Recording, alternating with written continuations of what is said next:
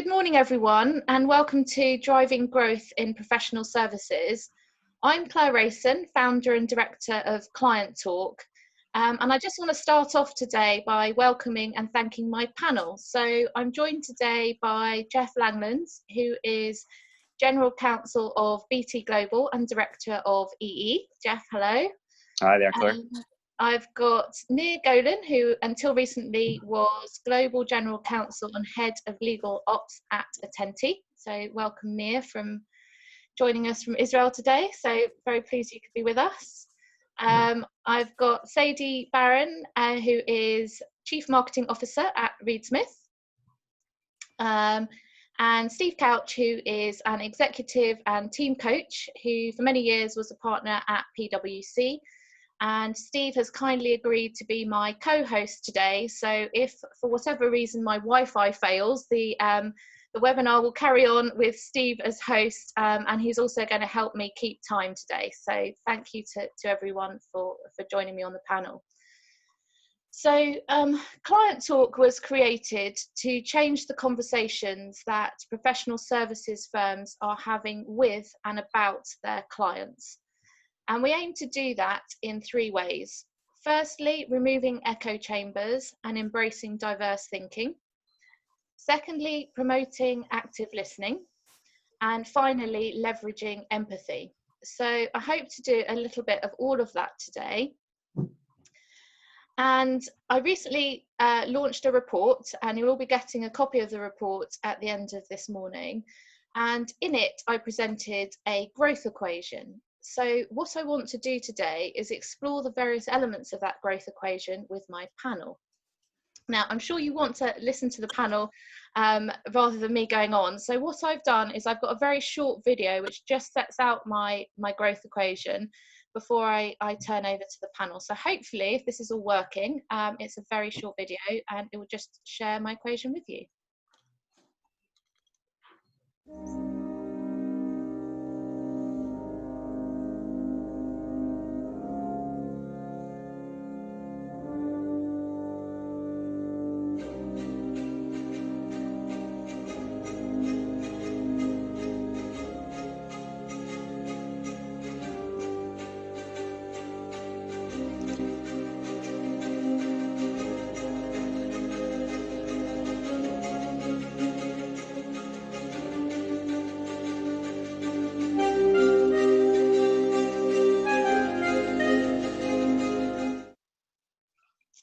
So hopefully that works and you could all hear the music in the background there. So how is today going to work? The first half of today is going to be a conversation with our panelists, going through some of the elements that you would have seen in that video there. And then the second half is going to be interactive. So we're going to have breakout sessions and then Q&A. I'm sure as people are talking, things will pop into your mind. So do please feel free just to pop any thoughts you've got or questions into the chat. Because if you're anything like me, you'll have forgotten by the time we get to the second half.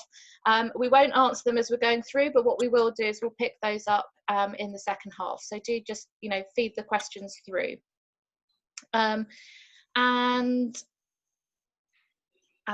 And we're aiming to finish about 10:15. I've got about 20 minutes for Q&A at the end, so there'll be lots of time for you to interact with the panel.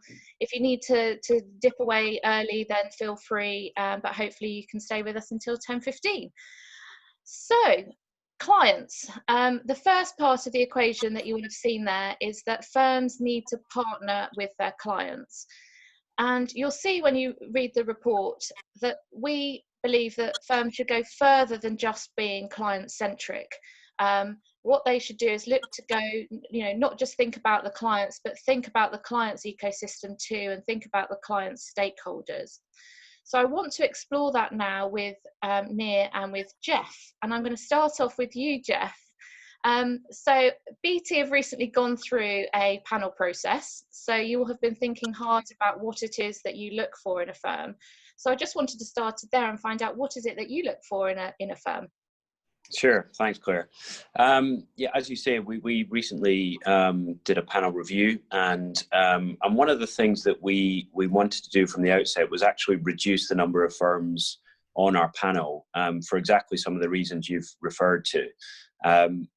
We felt that we originally had a panel of about 40 firms predominantly supporting us in the UK, with some international support as well. But we felt that with 40 firms, you just cannot create that partnership and that collaboration relationship that you're trying to achieve with so many, or at least we found we couldn't. So one of the first things we decided was we were going to have quite a significantly smaller panel of 15 firms, which is where we ended up. And with that number, we're pretty confident that we can create some of the relationships that we wanted to try and drive that partnership forward. And what we've when we were doing the tender process, clearly we were asking our law firms about what the value adds that they could, what were they going to be able to provide to us in addition to just fantastic legal support.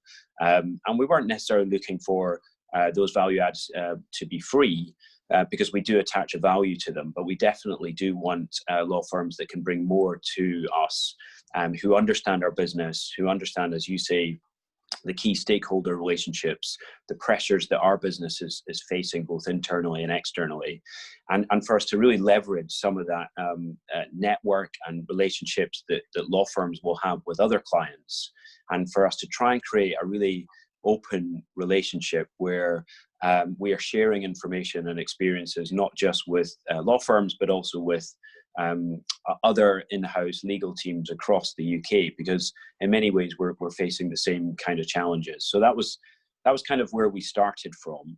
And once we appointed our 15 panel firms, we had great plans to do a face-to-face kick-off event, as you can imagine, where we got all the firms together and we shared our information. And COVID-19 obviously put a stop to that. But we did go ahead with a virtual kick-off event, which was about 2.5 hours long. So it was pretty intense for the firms. All 15 joined. And the way we ran that was we gave them, from our group GC, Sabina Chalmers, we gave them a high-level view of BT, of our strategy, and of what we were trying to achieve as a legal team. And then each of the divisional GCs, of which I'm one, did 5 minutes on our parts of the business. And also we had one slide each on things that the panel firms need to know about us. And that was really focused on, for example, on mine, it was the real drive for cost transformation and for driving down both the kind of the size of the team and also the cost of the team. And that was my number one focus for this financial year. So when the firms are thinking about how they can support me and my team, they can maybe think as laterally as possible about how we might solve that together. And we also asked the firms at the end of that session to submit 3 ideas that they thought could help us as a team. And we asked them to kind of bring them to that session and share them with all the other firms. And that was quite interesting because we got a few calls in advance from law firms, a little bit nervous about sharing the kind of crown jewels of their great ideas with so many, I guess, competitors. But actually, they also realized that they were going to benefit from hearing 40 odd ideas from other firms that they might not have thought of. And actually, it turned into a really good discussion where some of the feedback afterwards was, given our focus on collaboration, we want the firms to work together. And therefore that sharing of ideas, and of course there was some similarities in the ideas, and we'll be taking them forward as kind of some initiatives that we're going to work with the firms together. So that's kind of some of the ideas that we've been running with at BT. That's great. And I'm just going to pick up on value add there, because I know that's a real pain by, having been involved in pitches in previous lives, a real pain point for law firms trying to think about value adds and, what does that mean and what does that look like? What value adds do you kind of look for and what resonates with you? Yeah, I think there's different kinds of value adds. I mean, one that I'm particularly passionate about is the network and relationships that law firms have. So we all say that we expect law firms to have that legal technical expertise, and that's a given. But beyond that, what I really value is lawyers that have relationships with key stakeholders that could benefit in my case, BT. So that might be regulators, it might be, the FCA or Ofcom, where they're able to kind of help facilitate a conversation that we're struggling to get traction on with a regulator, and that from a kind of demonstrating to our stakeholders within BT that the legal team can really add value. That's where a law firm who's well connected, who knows an industry, who knows how to get things moving, that's a massive value add for us. But then there's some of the more, I guess, forward-looking value adds that we would push for. Transformation of the legal industry is massive, and I think we're all finding that. We are all finding that there's now different ways of providing an output to your internal stakeholders. There's use of technology and use of tools whereby a lot of the traditional work that lawyers would have done can be taken away from us, and that's both a threat and an opportunity for the sector. But what we're really looking for is an open platform where there can be the sharing of ideas, and people who have maybe tried particular tech have a view as to whether it solves a problem for them. Just to give one specific example, we're really grappling at the moment with how we define the complexity of legal work, so that we can make sure that more simple work is done by probably not traditional law firms, but more LPOs and managed legal service providers, right up to the more complex work, which we would give to big law firms. And how we define that complexity within our ecosystem of work, that feels like something that many in-house teams and will be facing a similar challenge. And I think there's a role for law firms there to facilitate that sharing of information, and helping the industry as a whole to improve and move forward. And I guess the last thing I would say is around our people. Law firms, their number one asset is their people, and we would like to think similarly in terms of the BT legal team. And we have to make sure that those individuals feel stretched and challenged, and that they have opportunities to grow. And what a brilliant opportunity between law firms and in-house teams, especially one the size of BT, which kind of itself would be a sort of medium-sized law firm. So, we've got 300 people in BT Legal. So the opportunities to share training, secondments, ways of working, pressures, how people deal with work-life balance, creating those relationships right throughout the seniority of the team, from juniors right through, is something that we really feel an opportunity with our law firms to partner on that and try and benefit our people together. Nia, I'm going to bring you in because there's lots of words there that Jeff has said that I know that you're quite passionate about in terms of kind of the future of the legal market, transformation, sharing of ideas. What do you make of what Jeff has just said, and what can you add to that? So I think that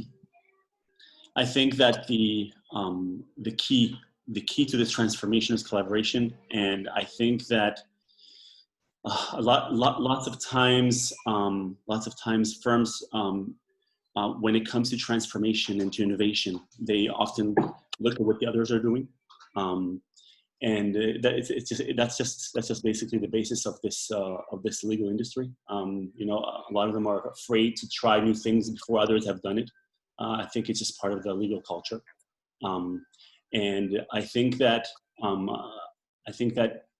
the key to actually driving this transformation and to truly innovating without copying from the rest of the people is really just to focus on the customers. And I think that's really that is really the best way to innovate, is just to work as closely as possible with customers, because they're and Jeff said that many times these challenges are similar, but in many ways, especially if they're working in different industries, with different pressures and different competition, a lot of things aren't the same, and the needs are changing, and that's exactly where the opportunities are to innovate.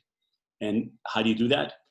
For spending a lot of time listening and empathizing with the customer, and any chance you can get. So Jeff brought more the issue of panels, and I look at it differently. I actually look at the day-to-day work of legal and of legal departments and law firms or legal providers.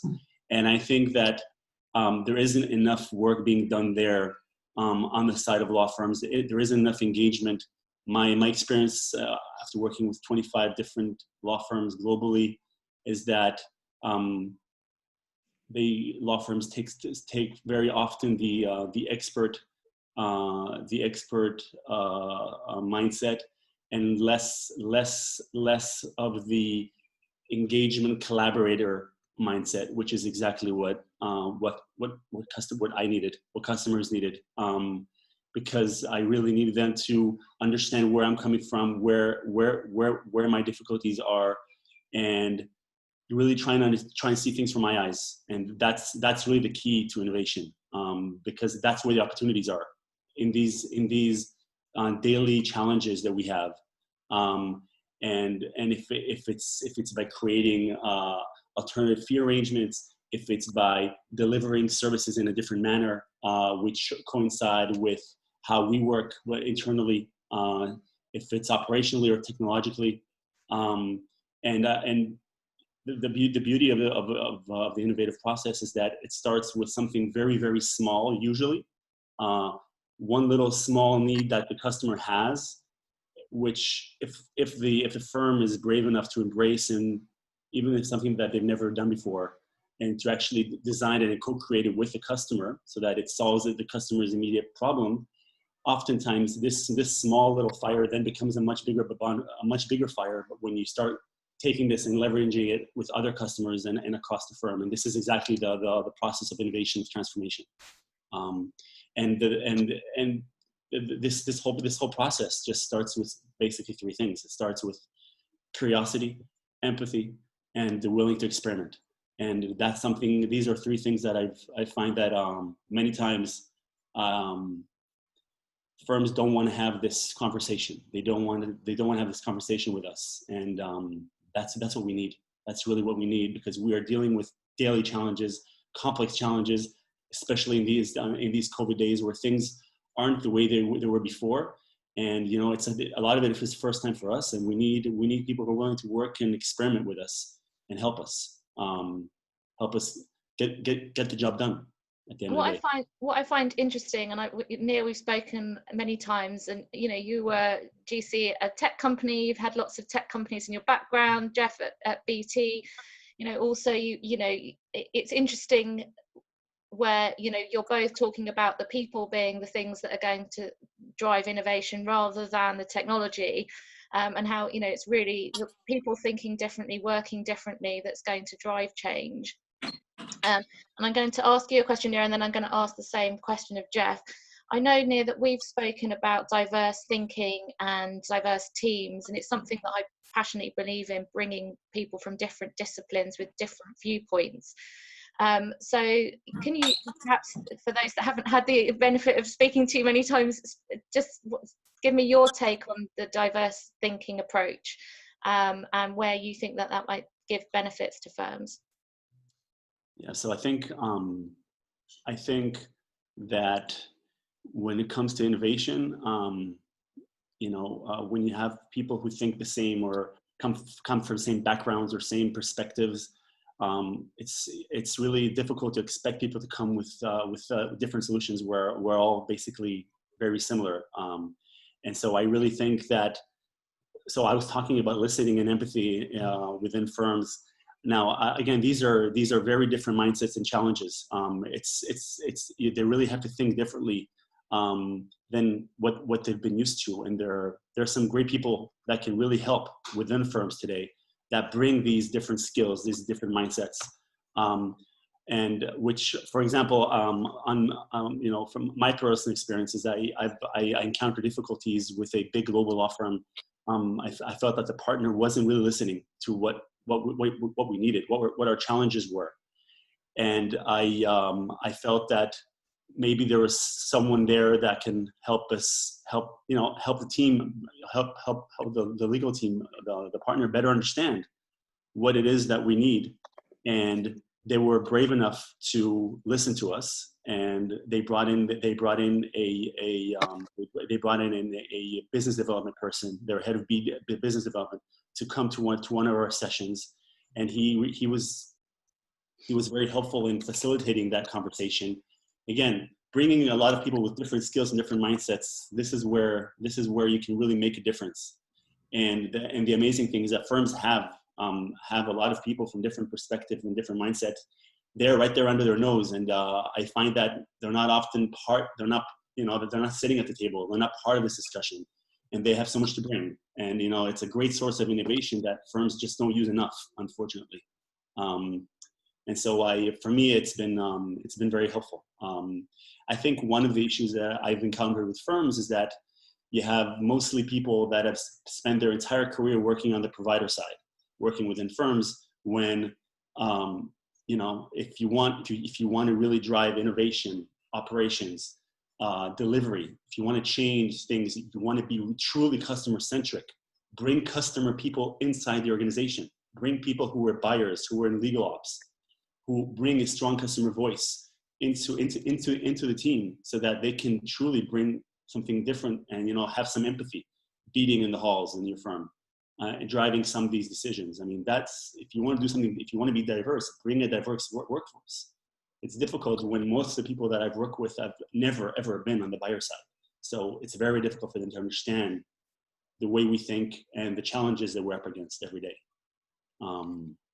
So that's just a few words. Thank you. I think everyone will share my frustration, because I could spend an hour with each of the panelists individually, but I don't want to take everyone's morning up.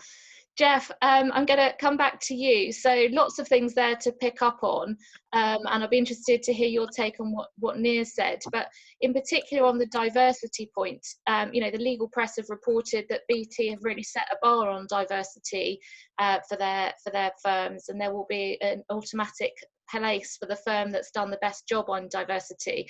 So that for me was kind of music to my ears, and I'd just be interested to hear where that came from, what you're looking for there, and whether you're thinking what you're thinking about diversity. Is it the diverse thinking and diverse teams that Nir's talking about, or is it something else? Yeah, everything Nir just said really resonates with us. I think getting different voices and different perspectives from law firms who traditionally would bring the most senior partner who's done the most deals to the pitch. And actually, if you take that point around legal technical expertise being a given, it's actually much more kind of refreshing and quite energizing to hear from maybe the ops team from a law firm, those that are looking at the tech, those that maybe have been worked in-house, etc., to get that different perspective. But on D&I, within BT Legal, as we did our panel review, our thinking, kind of at the same time, we'd signed up to a couple of charters around diversity and inclusion. One was the Law Society charter around D&I, one was a General Counsel for D&I kind of statement of practice. And both of those require the signatories to not only just look after their own team, but also when they are procuring services from third parties to kind of drive diversity and inclusion as well in terms of our requirements. So it's always been something that we feel within BT Legal a real responsibility to help drive. I don't think it's good enough for a buyer of services like BT to just be pointing the finger at law firms and saying, you guys have got to do things better. And it's very much a two-way thing. But this was an opportunity for us through the panel process to kind of really drive that. And it really came around the point you made around the one that got a lot of press. Actually, it was the most read article, I think, on the Lawyer magazine for about a week, and the comments were really interesting as well. A real mix of comments, which is a different topic, I suppose. But it really came around from how do we make this real, from just kind of playing lip service to diversity and inclusion. And one of the team came up with the idea of, well, whoever's got the best representation after the 3-year term, why don't we make that as almost an automatic opportunity to get back on the panel next time? And it made perfect sense when someone said it. Obviously we ask for the stats as part of our panel process, and we've now got a section in the contract for every one of our 15 firms whereby every year they have to report on their D&I stats for every level of their organization. And also within our quarterly reviews with those firms, it's now a point of discussion, along with kind of the matters that they're working on, the value adds. D&I is now a topic that we will be discussing on a quarterly basis. So it's something that we feel strongly about, and goodness, over the past few weeks, this topic has rightly kind of really come to the fore, and is a massive talking point within BT. So I see this being only an area of more growth. But back to Neer's point, it's more than just the traditional areas of D&I. It's much more about getting a varied group of people that you speak to from the legal profession, each of whom has a very different role to play and has a different perspective, and can drive change far quicker than some of the traditional thinking that we would have seen from law firms. So it's a real focus area. I'm going to turn to Sadie, who I'm sure has been waiting to comment on that and probably nodding her head a lot. So thank you to Neer and Jeff, and for everyone listening, I'm sure you've got questions for both of them, and the time for questions will come at the end. So thank you to both of you. I want to turn to Sadie, and I want to turn to Steve, and I want to think a little bit now about the second two parts of the equation, which will pick up on some of the points that Neer and Jeff have been making.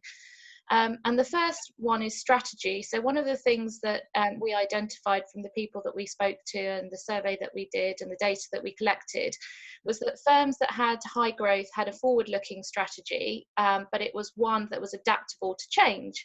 Now, I wrote the strategy, the paper, before COVID-19. So when I was talking to Steve about VUCA, who knew quite how VUCA our world would become. But I want to kick off with you, Sadie, just to ask about Reed Smith, and what have you done to respond to the change that you've seen over the past few months, and what's the impact been on your longer term strategy, and if you've got any burning comments to make after hearing from Jeff and Neer, then please throw those in as well.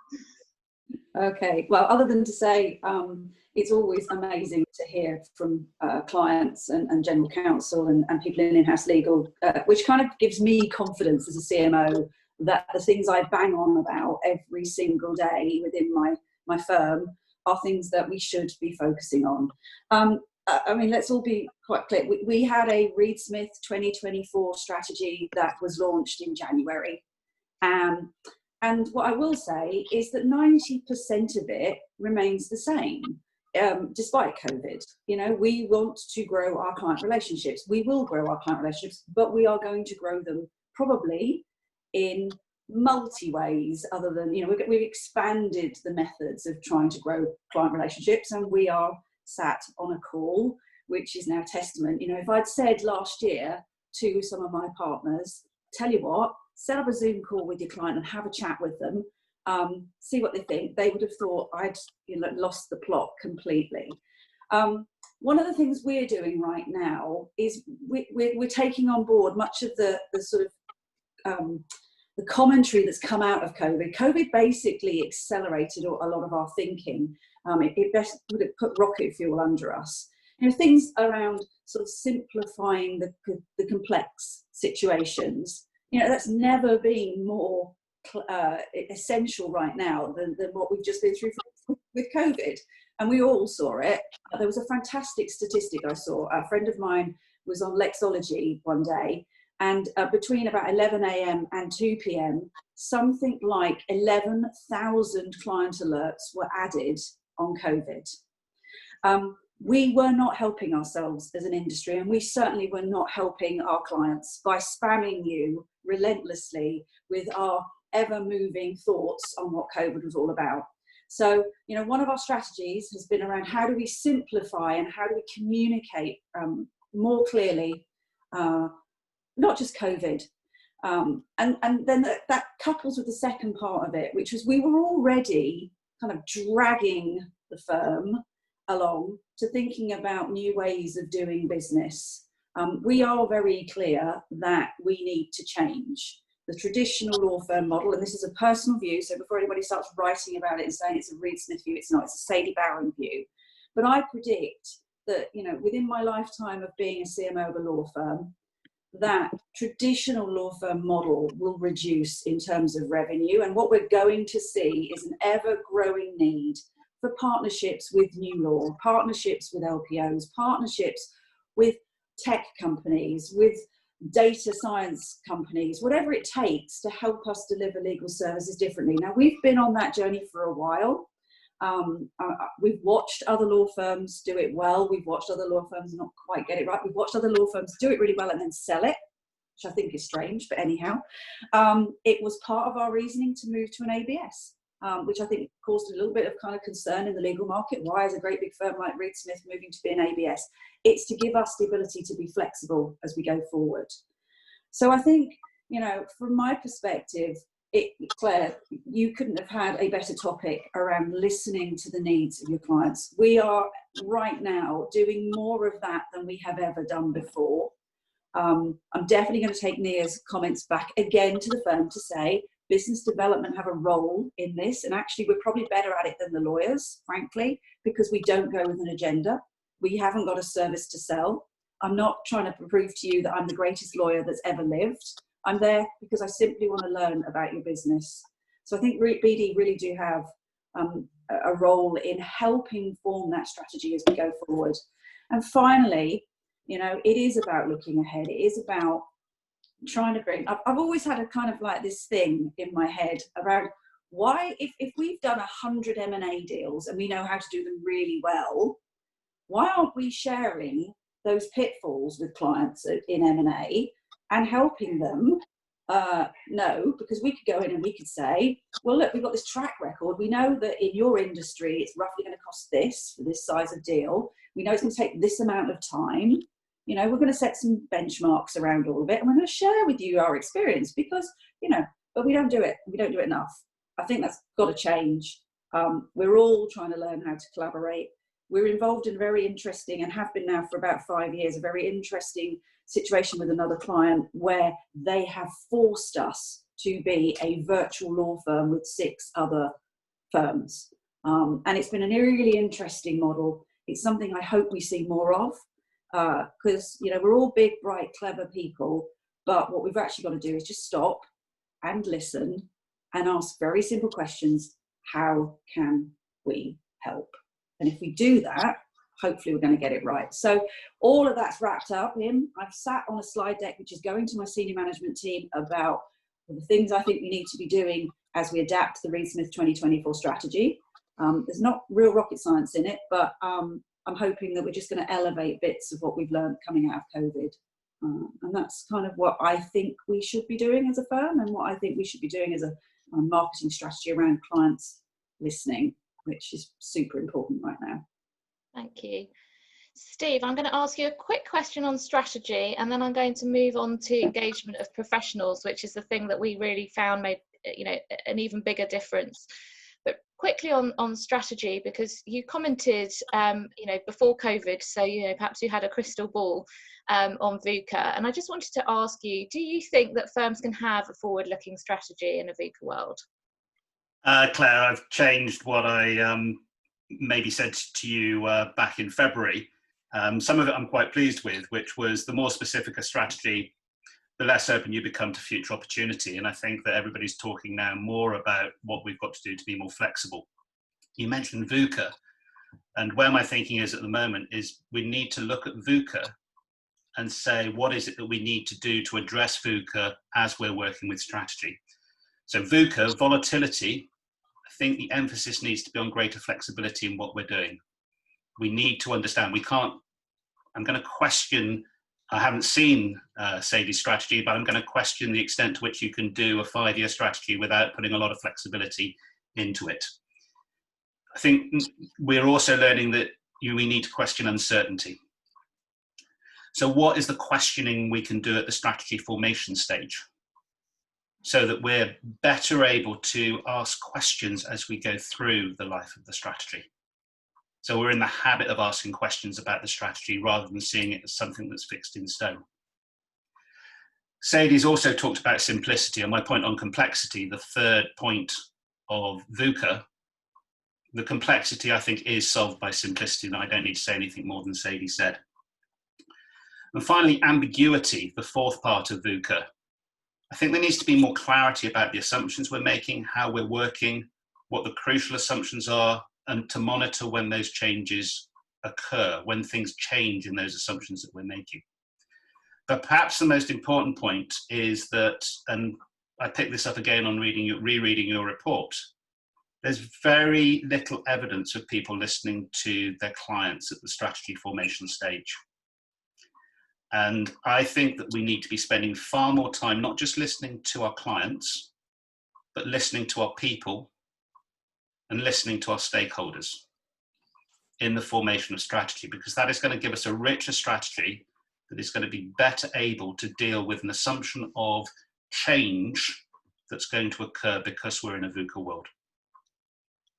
Thanks, Steve. And and again, I couldn't agree more, because I think at the heart of all of this, and it goes back to the comment I made about technology, I think people think about client listening programs, and they think about what data have we collected and how can we put some clever algorithm to this data and whatever else. But actually, if you have a bad conversation to start off that process, it's the old adage of rubbish in, rubbish out. And actually at the heart of all of this is how good is the conversation that you're having in the first place, and how open to you is it about looking clever, or is it about actually asking questions that really truly dig down and put judgment to one side, but really try and understand what it is that the other person's telling you.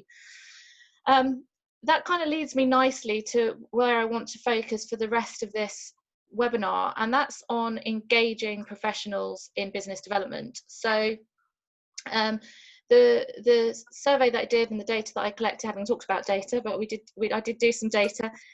What we found there was for a firm to grow above the industry average, and we did this before COVID. So for law firms, the industry average was about 5%.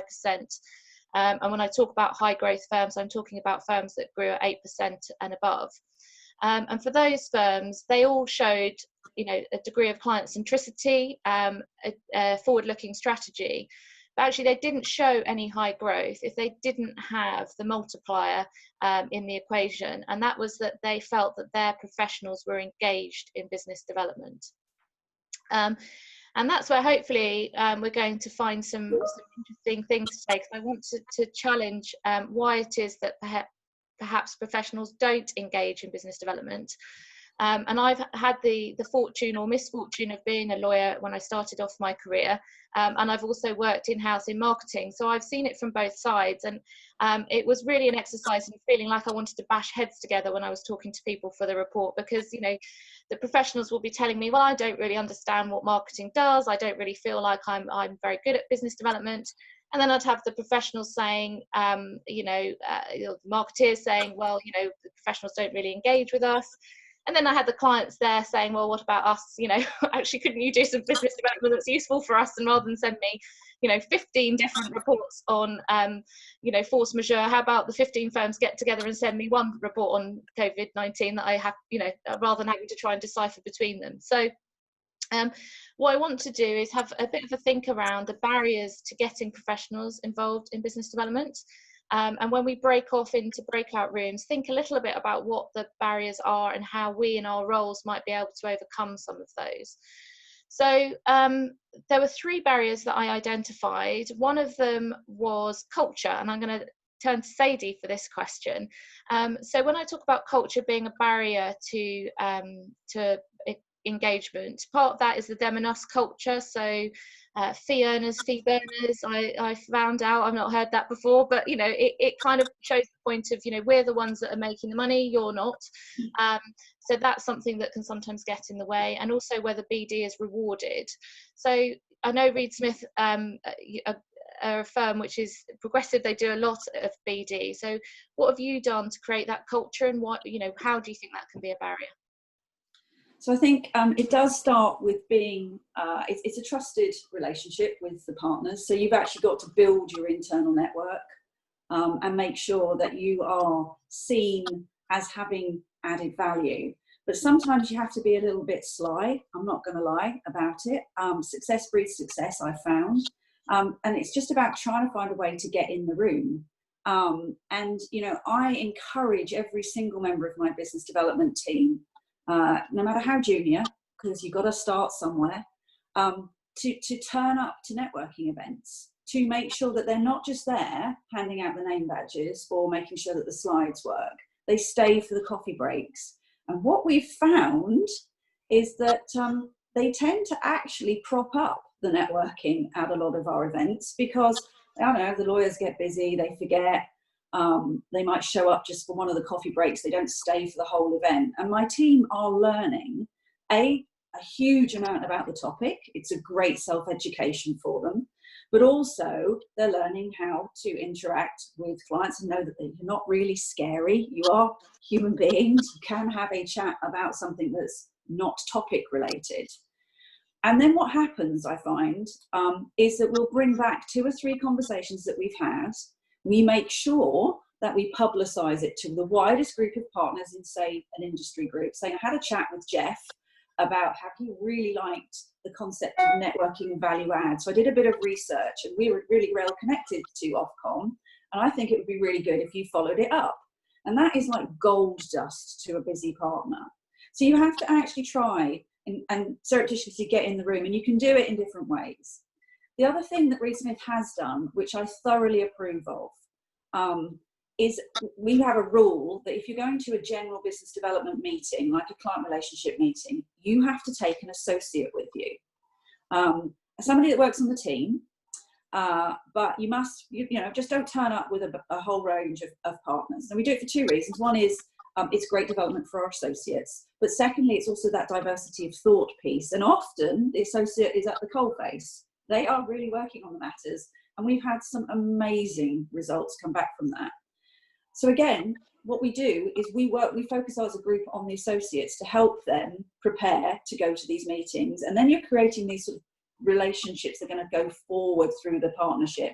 You know, as the associate makes junior partner, they've still got their trusted BD with them alongside. I will say I think stability in the business development team has been critical and crucial. It's something that I've personally focused on. It's really tough because it was a really hot market for BDers, particularly in London. So trying to make sure that you're keeping them as motivated, as engaged, that you're really pushing them into new opportunities, you're investing in them, I think is also really important.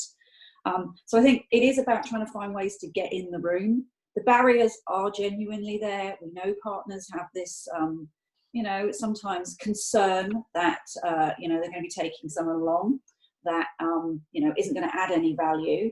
And sometimes we don't, and that's not great. But if you can persuade the partner that you've got a really good reason to be there. The other thing I will say in my sales mode about why BD should go is that we are one of the few functions that truly understand the firm. I joke with my global managing partner that after him, I'm probably one of the best connected people in Reed Smith because it's my job to be connected to all the partners and to know what they do. And my team, certainly my senior team, have to do the same. Okay, they may be industry aligned, but we have to make them work together. So it's really important. So one of our sales pitches is we're going to know somebody who knows. And so if you bring us along and they start going off on a tangent to talk about state tax, and you are an IP partner and you literally have no idea what they're talking about, we can be that safety net because we can sit there and say, actually, what you really need is Dave from Philadelphia because he's got a track record in this and I happen to think he did it. Because it's our job, we have to know. So I think get in the room however you can, buddy up to the associates, they're going to be the future leaders of the business. Try and make sure you look after your partners and they know what you can do. And sell yourself as basically being this amazing font of all knowledge, because we are. I think some of those will help get you in the room. And Steve, you were nodding there because I know that some of those comments were comments that you made when we spoke about BD for the report. one last question before we go into breakout rooms, because I'm sure everyone has got things in their heads that they want to download and share and talk about. So looking at it from the partner side, and one of the barriers that we identified was a very personal one, which is limiting beliefs. I'm no good at business development, I'm not a rainmaker, I don't want to be put in front of an audience to present because I can't think of anything worse, it makes me feel sick. So as a team coach and an executive coach, the things you probably come across very often. So the last question before kind of breakout rooms, what can you do to get over those limiting beliefs? Me. Yeah. Okay. So I start off with the belief that whether it's an individual partner or a team of partners, there is the capability to get over this. And it's about coaching that finds out what that capability is and making the team or the individual more aware of the abilities that they've already got. So if somebody is saying, I can't do business development, we can explore examples of where they are involved in business development. And I can't believe that there are partners in law firms who haven't in some way had to demonstrate those business development skills to get to the position that they are. So identifying with an individual what those capabilities are and then exploring those further and maybe talking about some of the obstacles and blockers that get in the way of that happening. And then building from the basis that says you have the capability to do this, building esteem to do it, I think is the way that you would go with an individual on a coaching approach for an executive. Okay. For a team, it's very much about recognizing more of the capabilities within the team. We're increasingly seeing team coaching happening because, for me, the default operating unit of most of our business is now the team. And if you think that there is some unrealized potential within individuals, there is certainly unrealized potential within a team. We don't really understand much about how teams operate, and it's increasingly important that we do so. So again, it's identifying with what's in the team, developing what's in the team, and in team coaching, you have the luxury of bringing people together so that they can support themselves to do this to a larger extent. And that can actually expedite getting to a position where people are more confident to go out and do business development. I could, as I said, I could carry on the conversation all day, but what I want to do is I want to split everyone into break-off rooms. So hopefully this will work. You will all need to put camera and microphones back on. I believe you can come back into the room at any time, the main room. So if you want to do that, then feel free. Hopefully this will work. IT is not my strong point, which is why I talk about people. So hopefully you can all go in the break rooms. And the subject for the rooms is engagement in business development. What might the barriers be? And how in my role can I help that? I've got a number of clients in the attending today, and obviously with Jeff and Mia. So in your role, you're the client voice in that conversation, and very much, in a firm, it's that echo chamber. You'd have, marketing and business development and partners talking about BD, and actually, where's the client in this conversation? So, actually, what would be helpful for me here as partner? You're having this chat over here, but what about me? So, 10 minutes, engagement in business development. How can you help get partners engaged? If you're a partner, what do you need to be engaged? And as a client, what does good BD look like? 10. I have to say. where am I now? Is it? No, we're back in the main room. This is the main room. Okay, this is the main room. Okay. I have to say, I do prefer in-person events. But there is a great thing with the breakout rooms that you can just finish the conversation and people have to come back. There's none of the, pinging of glasses. And are you coming now? So great. So I'll get rid of the breakout room so I don't throw people off. So hopefully that was useful. And I brought everyone back because we've now got 15 minutes. If people want to stay and continue the conversation, I'm not going anywhere, but I'm conscious of everyone's time. So I've promised 10:15 as kind of the cut-off. For questions, so Andy, should we start with you? Because you were in a breakout room with me and you had a question for Sadie. So I don't know, Andy, if you want to start there. Yes, hello Sadie. Sorry, I'm not on the camera because I think my connection's not strong enough for that. But I've just been intrigued. I was just saying, I'm actually a surveyor, and our BD manager is not able to make it at the moment. But I think it's just been really interesting hearing what you were saying about how difficult, important it is to get the BD team to be able to get partners or others to be able to let you into those meetings. Can you give me just kind of examples of about how you've overcome that? Because that's the problem I've got with my fellow partners, or some of them, about wanting to let somebody else in, probably to expose what they feel are their failings. But I can see that you feel, yeah, you can see the pain that I might have, and also how to overcome it. Just a quick, some of the tricks that you've used to try and get over that. Oh, I've used every trick, Andy, from bribery, threats. I'm going to withhold your BD BD money unless you let my team go with you. I'm joking, sort of. It is a trust, okay? So I think it's really important that the BD person has to build a relationship with the partner that possibly you've got the barrier with. You've got to add some value. You've got to show and demonstrate that you're going to add something to the conversation. So if we're doing our jobs well in marketing and business development, we should have at our fingertips lots of products or opportunities or things that we've seen done for a client that's in the same sector that you can take along to the partner and introduce into the conversation and just say, did you know we've done this with X? I thought your client might actually be interested in a similar conversation. Would you like me to pull something together?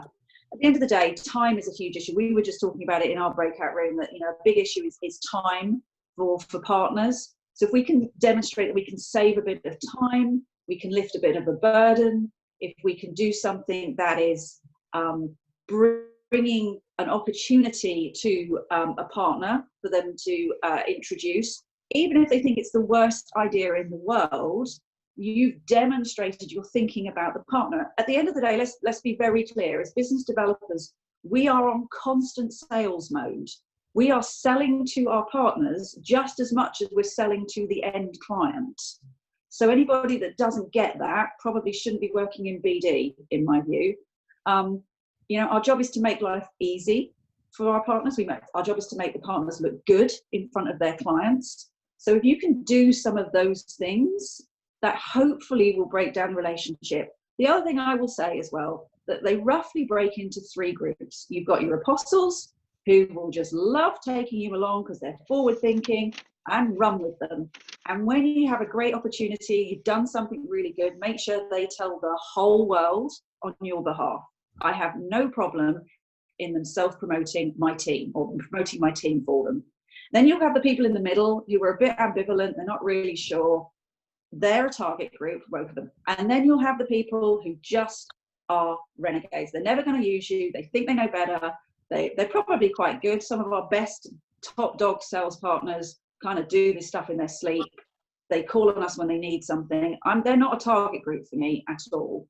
It's the group in the middle that I want to work with. I want to work with the open doors. So my final little bit of advice would be, don't try and push at a closed door. It's not worth it. It's soul destroying for everybody involved. Focus on the people that perhaps you think you can help. Bring them something that's going to make them look good. It doesn't matter if it doesn't work. Don't give up. The IBM sales rule applies just as much to us as it does to everyone. 7 times before you give up on getting in through that door, whether it's a partner door or a door to a client. Listen, if anybody in your team, Andy, ever wants to have a chat with me, you can find me. My phone number, unfortunately, is on the website. I'll be more than happy to talk to your team at any point. It's persistence as well, with a smile. That's excellent. Thank you. And I will. She will. But thank you. Yeah. Good answer. I've got a question for Nia in the chat box, and then other people can start to either take themselves off mute and ask a question, or if you're shy or your Wi-Fi isn't strong enough, you can type it in the room. So Nia, Louise is asking, do you think that firms are reluctant to experiment because they are afraid to fail? And if so, how do we overcome that as an industry? Great question. It's probably one of the questions. Sadie is smiling. So yes, I think so. To be very honest, as again, and I now, and so as I think this is what I started out with before. We are, as an industry, we are copiers. We are copiers because we don't like, we're afraid of failing, of being in vulnerable positions, in having to explain why things didn't work out. Therefore, the result is that we usually we engage in copycat activities, basically waiting for someone else to do it, and then if it works, then I'll do it because maybe it's not that risky. And I think this is one of the issues that are holding us back in so many ways. I think, and I think that, by the way, this also comes back to diversity, and this again comes back to bringing new mindsets to the table, because expecting lawyers to do everything and to make all the decisions, if it's also with respect to innovation and delivery and experimentation, I don't think that's the right way to go. I mean, and this is where I think diversity can be very helpful and bring people with different perspectives and different experiences, people who have experience with trying new things and building new services and experimenting. People who have a designer mindset, okay, rather than an expert mindset. People who are good at collaborating. People who are good at trying new things, starting small with small things, and engaging with customers to see if they like it, and co-creating with them. Okay, and this is where again diversity is really key, because one of the key elements of service design and designing solutions is to have a diverse team, so that if I have a fear, I have someone on the team who can help me with that fear, who has less fear, and I can learn from you. We learn best when we are in experience-based environments where we create solutions together. We want lawyers to start to think differently and try new things. The best way to do it is to have them engage in a team built of people with different skills who've tried new things. And by the way, we have also customers. There's so much that we can learn when we work with customers, learning from them and doing stuff with them, with their teams. I mean, I've learned so much by working with the cross-disciplinary and stakeholders in my customers' teams. The best way to learn is by being exposed to it, not being afraid to be exposed to it, and come with a learning mindset. I mean, I think that one of the biggest issues that we've had is that we've always been a know-it-all kind of industry, where the name of the game, especially now in COVID, is such a great example. This is a learn-it-all world, not a know-it-all world. Yeah, and I think that for me is the key for learning, for conversations as well, and gets in the way of having that active listening conversation, that you're there trying to provide an answer rather than actually be open to hear what's going on.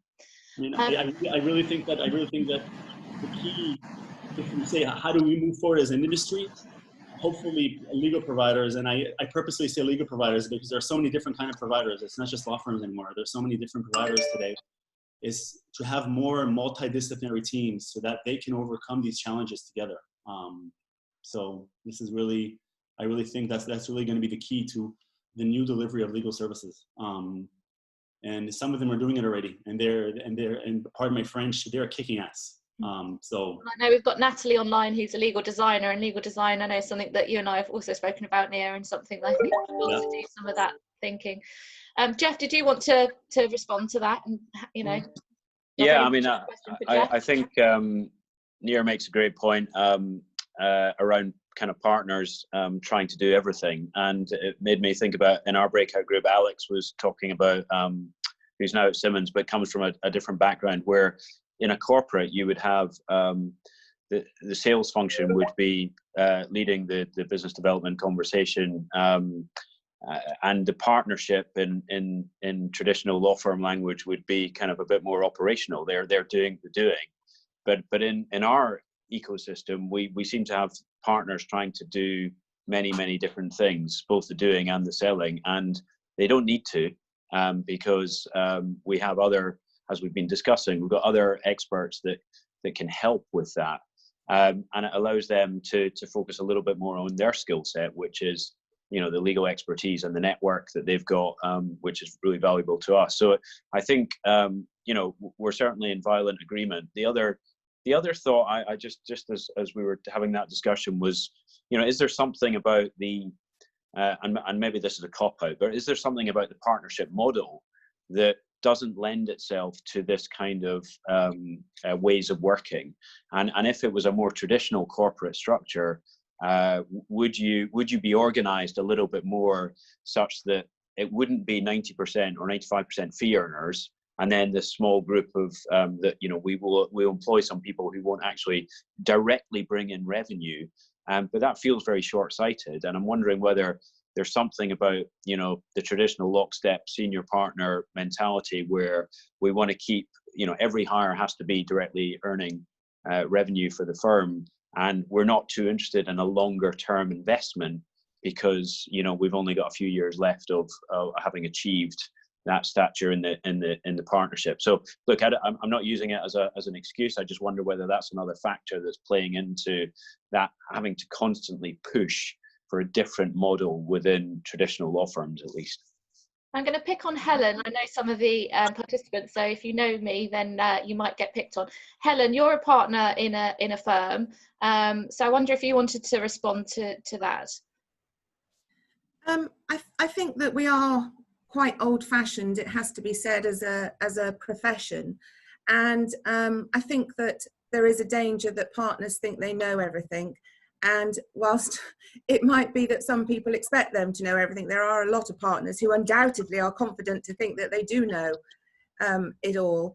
And they can also be terribly old-fashioned because, as Jeff mentioned, the structure that we have as lawyers is so hierarchical. And I'm just really, really interested in all the conversation about how we should be looking into the diversity of the teams who we talk to clients with, because of the new ideas and the new ways of thinking and the different mindsets. I mean, I'm really, really interested. Oops, sorry, really, really, really interested in that idea, and that's definitely something that Claire you introduced to Boys Turner, and which we are working on, but it is most definitely a work in progress. And they're challenging conversations. I might, you know, so Rachel, you've said you'd be happy to share what a non-partnership model selling looks like at Lawyers on Demand. So yeah, that'd be great if you want to. If anyone wants to join in the conversation, feel free to take yourselves off mute, and there are lots of us, but feel free to jump in.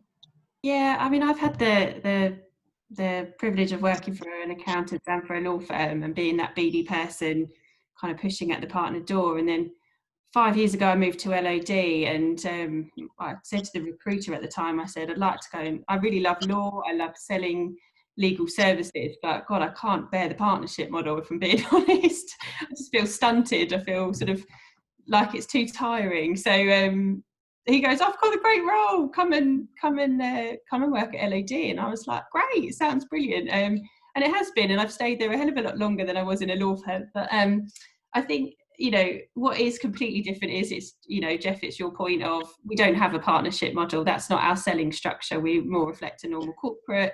So I run the kind of client relationship management and sales team engine at LOD, of which the makeup is very different to what you'd expect. There's a couple of people that actually did start off on a legal journey. So a few people who kind of made it to 1 or 2 years qualified. And my most recent hire is actually someone who's incredibly skilled lawyer. She was a corporate lawyer at Herbert Smith. So she's at the top of her game. She could have made a career, but she actually said, this isn't for me. So she's 1 year qualified, and she's joined me in the sales team. And she's a really effective salesperson, which is probably why she didn't want to stay as just doing corporate law. And I think the partners that I used to work with would be really surprised to know the depth of the relationships we've got with clients, and the share of their legal spend that we actually do get. I think, in honesty, I still think there is a little bit of surprise sometimes when we walk into a room with a client, not very often, but occasionally I do get asked the question whether I'm a lawyer, and that makes me wonder whether that matters to some clients.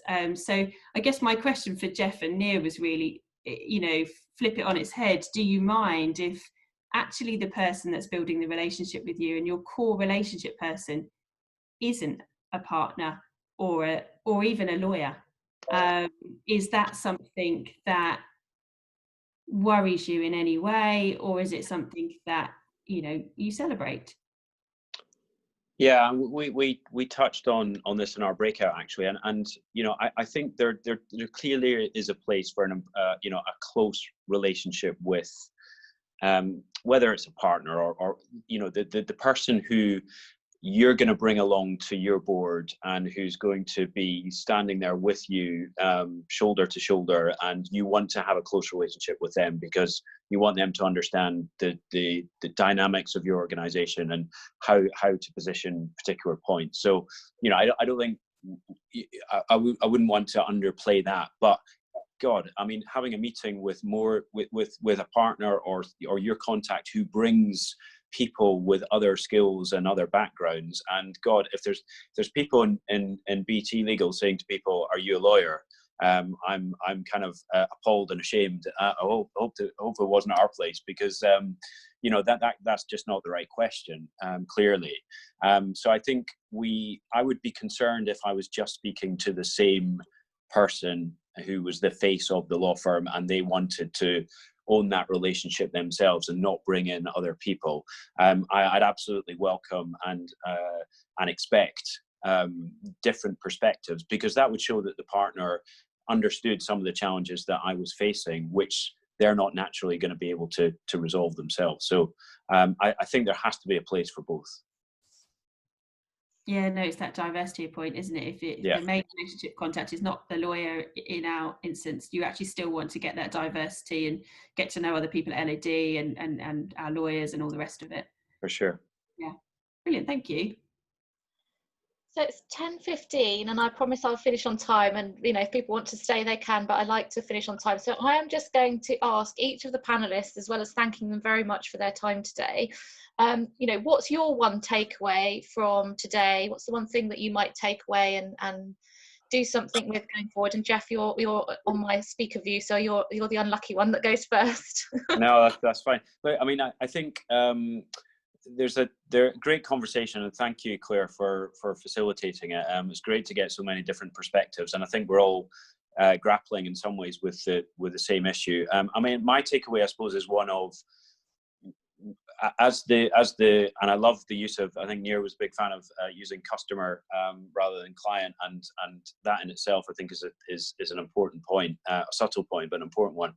The customer has a huge role to play here, right? Especially one of the scale of BT, and we really want to help drive the conversation and the actions of our partners such that we get that diversity of inputs, because we definitely see our role in the organization as wider than just giving legal advice, and the problems that we need to solve are not just classic legal ones. So I think my takeaway is the continued focus internally on us to help drive change within the industry. That's a really important point for us, and to be demanding of our partners that we get that diversity of input when we're having conversations.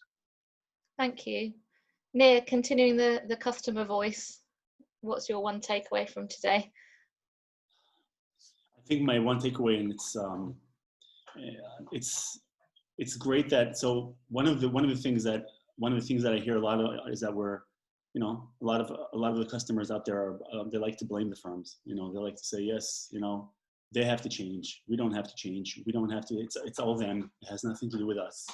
And it's I couldn't disagree more. And I think it's an important point to put out there that we are an ecosystem with many different players. And I think that as much as firms and legal providers need to evolve and change due to the changing needs of customers, the customers also have to change. One, they have to be brave enough to ask. And I think that's one of the things that a lot of times you don't have this conversation going, because customers are afraid of speaking about what they need, asking for what they need, and requesting change. And that's also something that isn't talked about enough. A lot of, yes, the firms are traditional, the firms are slow, it's a two-way street. And that's why I keep on coming back to the same point of how collaboration and co-creation is so key, because it has to be done together. And you also have to make sure you have the right people driving that conversation and doing that in both teams. So I think it's really key to understand that, I think. Thank you. So be brave, collaboration. Sadie. So, sorry, not 1-3, but really quick. Steve, loved your point about, can we really have a strategy right now for 5 years? Totally agree with you. So I'm going to take that one back. Jeff, thank you for bringing to the top of my list the fact that I need to spend much more attention on who we know who can help you and our clients. And Nia, I am going to eliminate the word innovation from every piece of marketing material and turn it into transformation, which I've been banging on about for about 4 years now. I hate innovation as a word. Law firms don't innovate, and anyone that thinks that they do, I think, is mad. We are really good at recycling what everyone else does. So transformation is the key for me. Thank you, Sadie. And Steve, finally to you, what's your one takeaway from today? So my one takeaway is observe behaviour. I think it's brilliant that Rachel and others are talking about different structures for law firms, different ways of working in law. But I'm disheartened by people thinking that we'll just change the structure and everything will happen. What we need to look at is the behaviours of the people who are, I'll call them blockers. Some of them are brilliant, but I'll call them blockers to be quick. And those behaviours can change. I'm sure Sadie will disagree with me, having tried for years and years and years, but I'd like to think that those behaviours can change. And I'm encouraged by seeing more different types of legal organisation, but for established long-term firms that attract the people that they're still attracting, there needs to be behavioural change. Thanks, Steve. And thank you to everyone who's listened this morning. I'm going to stay online, so if anyone wants to stay online and ask me any questions, then I'll be here. But just a really massive thank you to the panel. I'm afraid I didn't manage to get you the coffee and the croissants that I'd promised in person, but hopefully in the new normal, whenever that happens, we can have a coffee and a croissant in the future. So thank you ever so much to everybody.